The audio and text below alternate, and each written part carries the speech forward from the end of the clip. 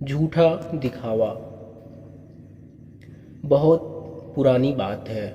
एक ऊंची पहाड़ी पर बहुत बड़ा किला था। किले के अंदर एक देवदार का वृक्ष था जिस पर एक उल्लू रहा करता था। उल्लू प्रतिदिन भोजन की तलाश में पहाड़ी से नीचे घास के मैदान में आता था। घास के मैदान के पास ही एक बड़ा सा तालाब था। उस तालाब में बहुत से हंस रहा करते थे।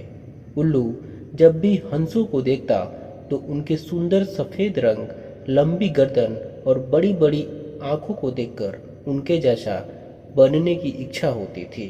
उल्लू जानता था वह हंस जैसा नहीं बन सकता, इसलिए वह हंसों से दोस्ती करना चाहता था। हंसों से दोस्ती करने के लिए एक दिन उल्लू तालाब के पास जाकर बैठ गया। तभी वहाँ एक हंस आया और उल्लू ने उसे नमस्कार करते हुए पानी पीने की आज्ञा मांगी। हंस ने विनम्रतापूर्वक उल्लू को पानी पीने दिया। बातों ही बातों में दोनों में दोस्ती हो गई। हंस ने बाद में बताया कि वह हंसों का राजा हंसराज है। हंसराज जब भी मौका मिलता उल्लू को अपने घर ले जाता और अच्छे अच्छे पकवान खिलाता था। उल्लू हंसराज से बहुत अधिक प्रभावित था। अब उल्लू को डर लगने लगा कि कहीं हंसराज को उसकी हकीकत का पता चल गई कि वह तो साधारण सा उल्लू है, तो हंसराज उससे दोस्ती तोड़ देगा। इसलिए उल्लू ने अपनी दोस्ती को बचाने के लिए हंसराज से झूठ बोला कि वह उल्लुओं का राजा उल्लूकराज है और ऊंची पहाड़ी जो किला है वह उसी का है और उस किले में उसकी फौज रहती है। उल्लू ने किले में होने वाली सैनिकों की गतिविधियों को अच्छी तरह समझ लिया और एक दिन हंसराज के पास आकर उसे अपने महल में चलने का निमंत्रण दिया। उल्लू ने कहा, मित्र, हंसराज मैं अक्सर आपका आतिथ्य स्वीकार करता हूँ, परंतु आप आज तक मेरे महल नहीं गए। अब आपको भी मेरे यहाँ चलकर मेरा आतिथ्य स्वीकार करना पड़ेगा।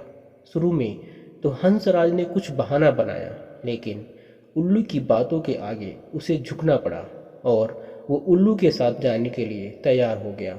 दूसरे दिन उल्लू हंसराज को अपने साथ ले गया और देवदार के वृक्ष पर जाकर दोनों बैठ गए। उस समय सैनिकों की परेड शुरू होने वाली थी।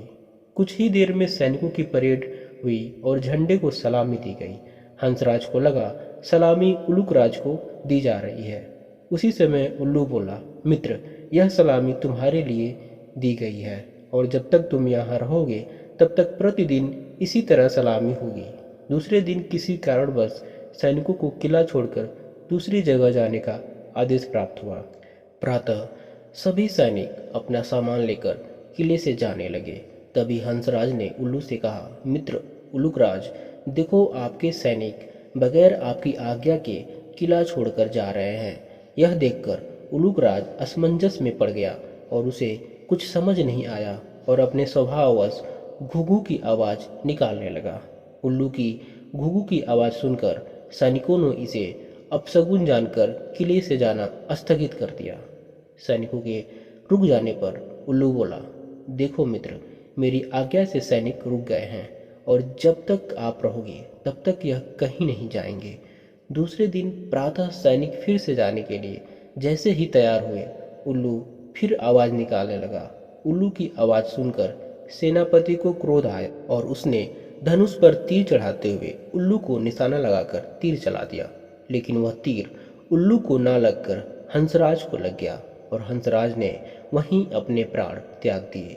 हंसराज की मृत्यु से उल्लू बहुत दुखी हुआ और वहीं रो कर विलाप करते हुए बोला, मेरे झूठे दिखावे ने मेरे परम मित्र हंसराज की जान ले ली। जब उल्लू रो रहा था तो वह बेसुध सा हो गया और उसने अपने आसपास ध्यान नहीं दिया। दूर से एक गीदड़ यह सब देख रहा था और इन परिस्थितियों का फायदा उठाते हुए उसने उल्लू पर झपट्टा मारकर उसका भी काम तमाम कर दिया। शिक्षा। उल्लू और हंस की कहानी से हमें शिक्षा मिलती है कि कभी झूठी शान का दिखावा नहीं करना चाहिए।